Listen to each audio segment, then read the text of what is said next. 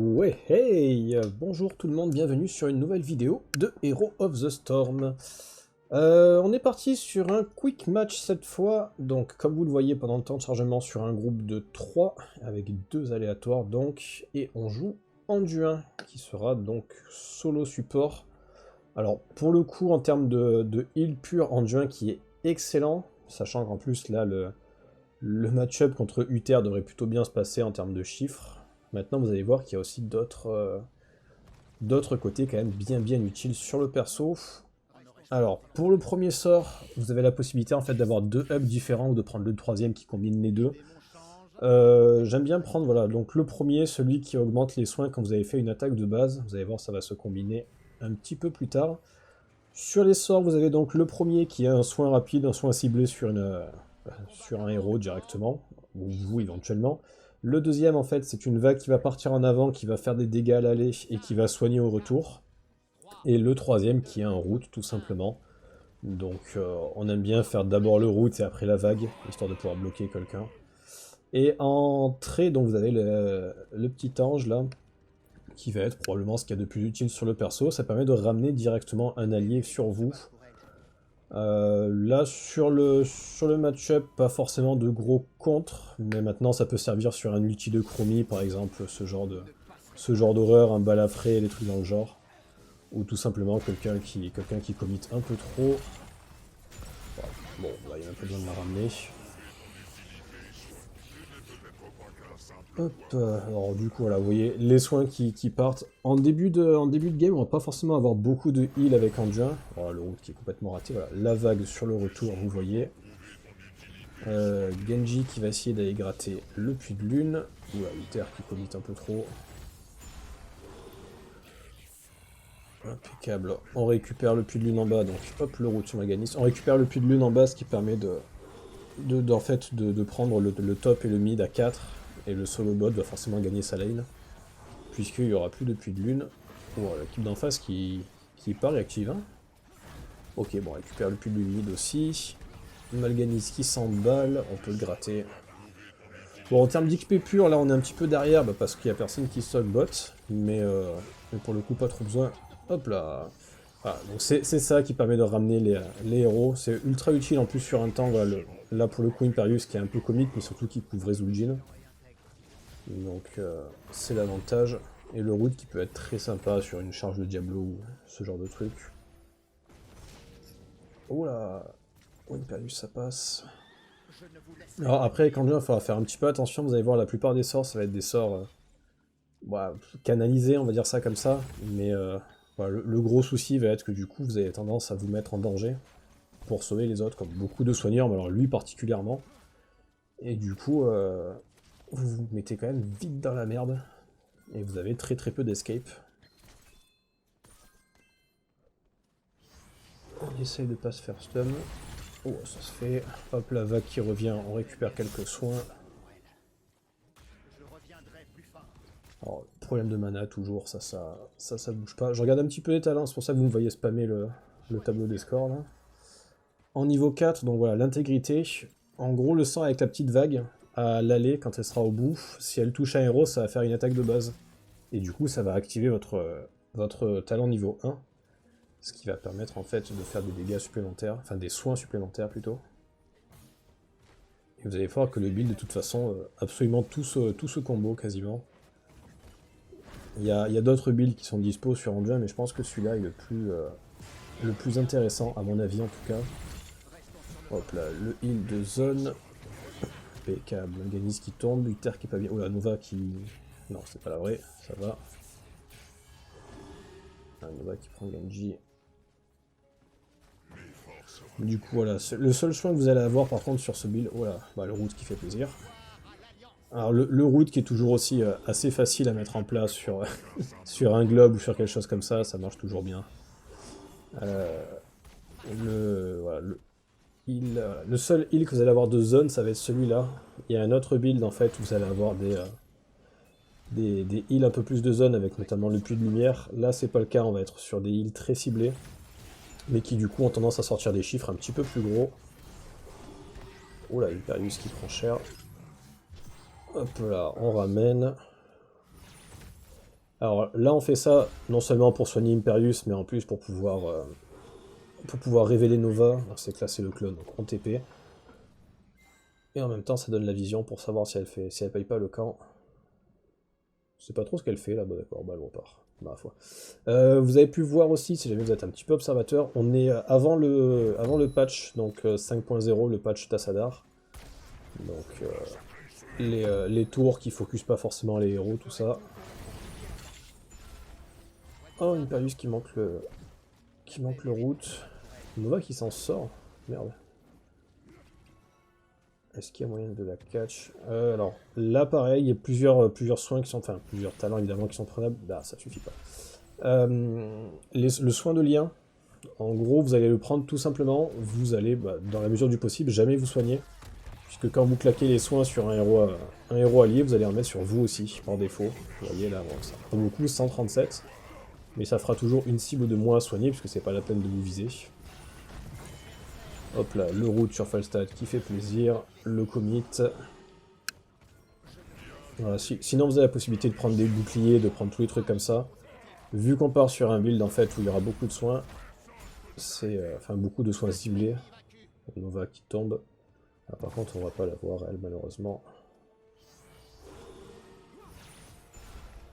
Le petit soin de groupe.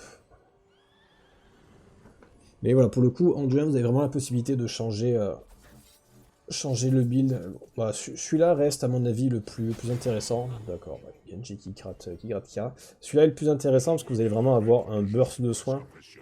Ce qui est pas forcément évident sur ce jeu. Vous avez tendance à avoir beaucoup de soins de zone et très peu de burst. Et là c'est l'extrême opposé en fait. Le soin de zone va être là, alors il est là, c'est cool, mais ça va pas être le cœur du build. Sachant qu'il y a la possibilité, à l'inverse, comme je vous disais, de partir puits de lumière et de partir tout sur la petite vague. Mais, mais bon, là je considère qu'avec un Imperius et un Diablo, c'est même pas la peine. Hein. C'est pas la peine de prendre ça.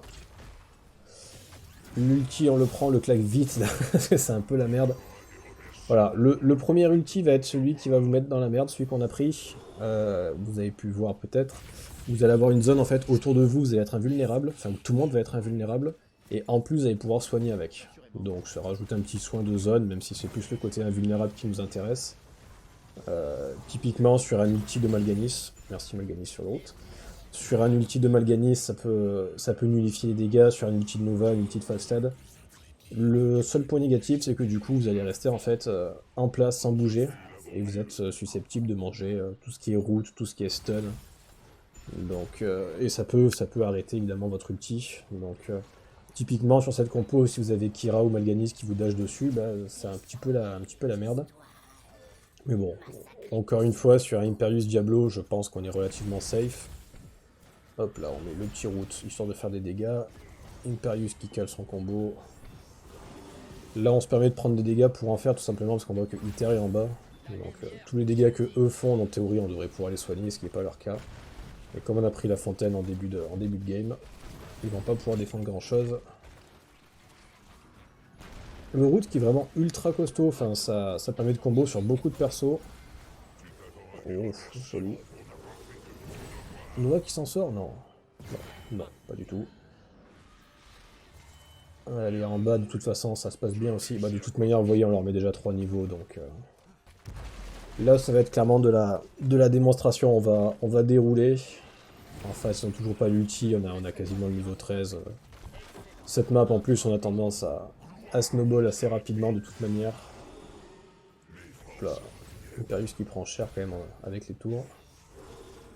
Heureusement qu'il n'est pas pré-patch, là, avec les 10 d'armure en moins, enfin, les 5 d'armure en moins par attaque. Allez, retourne payer. Ils ont récupéré la ulti.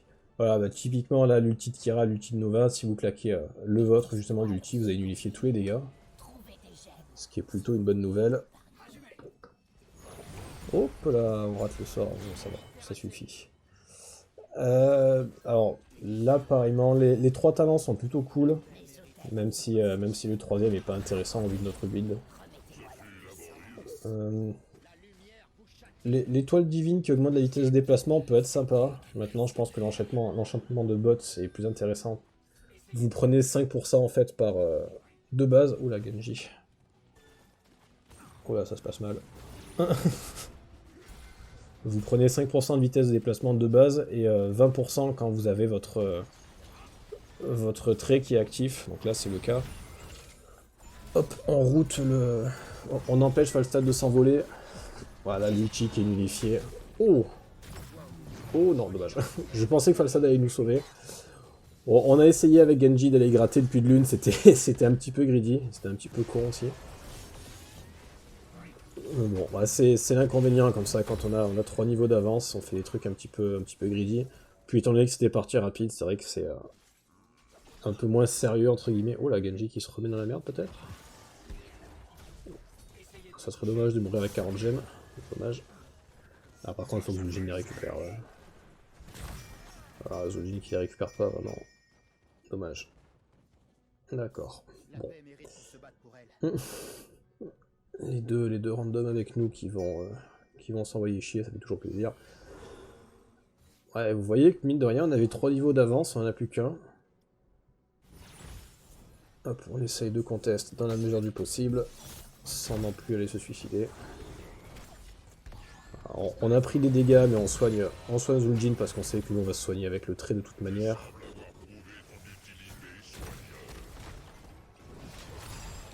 Oh, le stun du terre, ouais merde.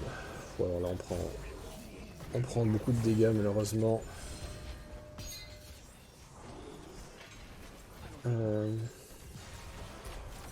Oula, Genji qui explose aussi. Ah merde. J'aurais espéré que Genji claque son ulti un peu plus loin. Alors, on n'arrive pas à tenir Imperius malheureusement. Bon, bah là on a voulu jouer au plus malin, on s'est fait un petit peu mettre, puisqu'on avait 3 niveaux d'avance, on n'en a plus aucun. Maintenant l'avantage qu'on a, c'est vu qu'on n'a pas claqué notre passif, on a toujours les 20% de vitesse de déplacement, donc on va essayer d'aller vite payer. Ça se fait... Alors après, est-ce qu'on va réussir à survivre? Ça c'est autre chose. Le route pour essayer de se casser. On évite l'ulti, bah, ça va. Voilà, la vitesse de déplacement qui nous sauve. Allez, ils ont payé. On va avoir un gros burst de soins niveau 16, un deuxième niveau 20. Donc je m'en fais pas trop. 42k 11 minutes, c'est pas forcément fou pour l'instant, mais voilà, ça va aller mieux au fur et à mesure. Le stun qui est raté malheureusement. On sait que Mal'Ganis est parti sur le slip. Alors là par contre Mal'Ganis il est punissable. Hein, ouais. Ouais, il a essayé de slip un petit peu trop loin. Là après il faudrait pas forcément... faudrait pas fight comme ça à 5, il y a des objectifs sur toutes les lanes. On a réussi à catch Nova. Impeccable. Bon. C'est cool, maintenant il faut vite décaler. Voilà, alors focalisation intérieure, c'est ce niveau-là où vous avez le puits de lumière si vous partez en AOE. Donc la focalisation intérieure, vous voyez que c'est inactivable, donc moi c'est sur F1. En gros, le prochain soin rapide que vous avez, une fois que vous avez activé ce trait, il sera instantané, vous n'avez pas le temps de recharge, et il se fera des soins supplémentaires. Donc de base, il est plutôt cool, et après vous allez voir qu'en fait il va se combo avec un niveau 20 tout simplement. Mais là voilà, vous avez la possibilité de faire un soin rapide, plus la focalisation, plus un deuxième soin rapide par-dessus. Donc ça rajoute en fait un sort de soin basiquement. Donc c'est ce qui manque un petit peu au perso. Vous avez des soins qui sont assez costauds, mais bah, vous n'avez pas 50, ça peut être comme une Luzel, vous allez en poke toutes les 10 secondes. Il faut bouffer ses temps de recharge, donc là ça permet de les nullifier. On va peut-être pas être à temps pour sauver Diablo. Ah si. On claque le soin. Voilà, maintenant Imperius on est trop loin par contre. Ok, bon, fast attack ulti pour qu'on arrête, c'est pas plus mal. Vous allez voir, donc à partir du moment où on a le niveau 13, là on n'a pas trop envie de ramener quelqu'un. Alors s'il faut évidemment, on va le faire. Mais vous avez beaucoup de temps de recharge sur le trait, je crois que c'est 80 secondes. Donc il y a des fois, j'ai envie de dire, vous préférez tenter de prendre le risque en mode, bah allez, on va essayer de le soigner et pas de le ramener, mais que vous conservez vos 20% de déplacement. Parce que alors vous avez 5% de base, ce qui est chouette, mais 20%, vous êtes quasiment à la vitesse d'une monture. Donc ça permet d'être safe sur un perso qui n'est pas du tout au départ. Est-ce qu'on arrive à catch quelqu'un là? Ah non, dommage. Wow. Non. Allez, on a les Tistoiles, on push au mid parce que du coup il y a le hard, donc on a une résistance magique. Hop là, merde, on est stun. Ah, les soins qui suffisent pas. On a été stun malheureusement. Ah putain, on se fait slip maintenant. Voilà, fight qui se passe très mal. Voilà, parce que typiquement c'est ces fights là en fait que vous voulez avec Anduin, c'est-à-dire une fight avec un tank devant qui s'en prend plein la gueule. Et derrière, voilà, vous voyez Imperius, on peut le tenir. Bon, là, on le ramène quand même par respect. Il reback à l'intérieur. Ouais, on va pas pouvoir tenir Imperius là malheureusement. Malganis qui vient pour nous mais qui est prenable. Diablo qui est pas content parce qu'il voulait qu'on le ramène.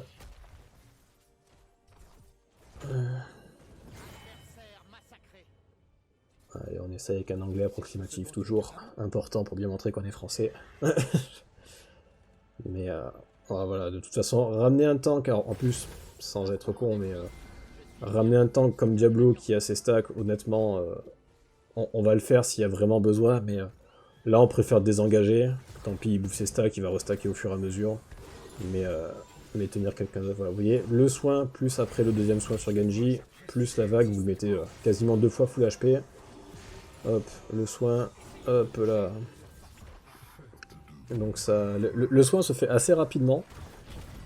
Bon, Genji qui TP ici, c'est un peu ambitieux. Bien, ça on unifie le Malganis. Et le niveau 20, là on va se mettre complètement dans la merde. Voilà, bon, alors ça a été pris un petit peu rapidement. Vous voyez, on a sur le F2, c'est la prière du désespoir. Celle-là, hop, vous allez mettre un gros burst de soins. Là par contre, les soins sont assez ouf. Et en fait, vous allez par contre rester pendant 2 secondes sans bouger. Ce qui est un petit peu la merde. C'est pendant 2 secondes, vous êtes à genoux sans pouvoir vous déplacer. Mais du coup, ça peut être nullifié en fait avec votre F1. Alors là, Uther qui vient, on essaye de tenir Diablo. PK, l'ulti qui passe pour une fois. On va claquer le soin, le F1, à nouveau le soin. Voilà, en fait, sur le F2, le truc, c'est que vous allez avoir votre prochain soin rapide qui sera décalé de 20 secondes. Mais du coup, ça, vous allez pouvoir le nullifier avec votre F1. Puisque du coup, vous mettez votre F2, vous prenez votre temps de recharge qui est augmenté, et avec le F1, vous le nullifiez pour qu'il passe directement à 0, tout simplement. Donc vous nullifiez en fait l'un des seuls points négatifs qu'a le sort. Et à mon avis, on va finir sur ça pour le coup. Bon, ça permet de voir au moins tout le build, vous avez un ordre d'idée. Ouais, bon, il reste que Malganis, 90%, ça va se terminer. Genji qui aimerait faire durer le plaisir, mais ça va être compliqué. Voilà, ça vous donne un ordre d'idée sur le perso, vous n'avez pas pu voir beaucoup le niveau 20, mais honnêtement il est ultra intéressant. Le perso est assez dur à gérer, mais vous voyez 80 000 de soins en 17 minutes en faisant un petit peu du troll au milieu de game. C'est un perso à gérer, mais une fois que vous l'avez en main, il est honnêtement ultra agréable. N'hésitez pas, toujours si vous avez des questions.